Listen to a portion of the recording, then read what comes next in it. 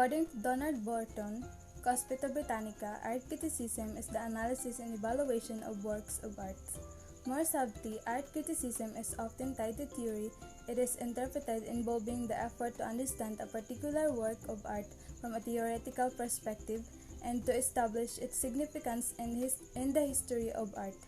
Art criticism may also encompass historiography.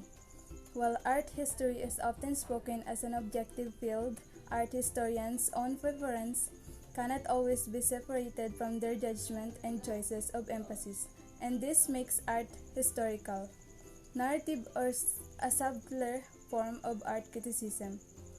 One of the examples of art criticism is if we are about to critique or judge a certain art where we identify what was the art all about and what is the meaning behind it.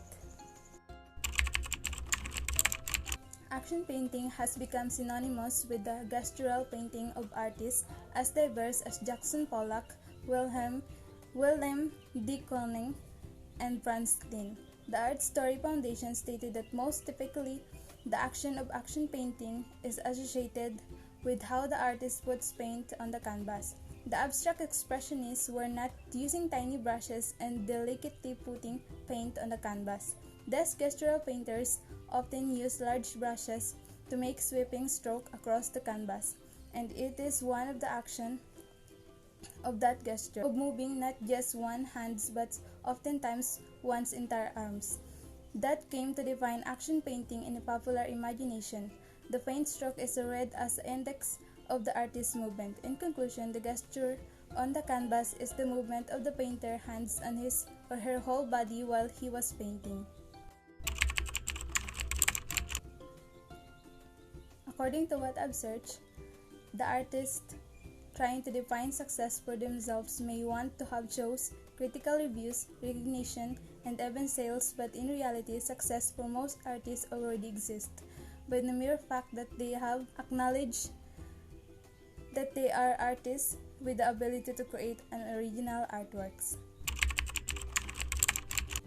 Modernist art encompasses a variety of style, but there are underlying principles that define it. It's a rejection of history and conservative values, or realistic depictions of subject, and an exuberance of form, color, shapes, and lines, with an emphasis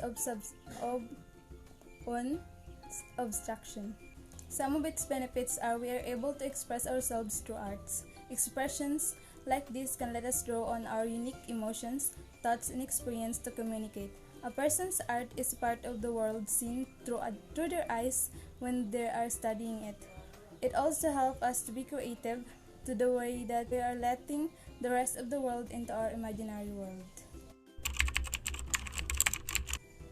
Psychology defined as a study of mind and behavior. It encompasses the biological influences, social pressures, and the environmental factors that affect how people think, act, and feel.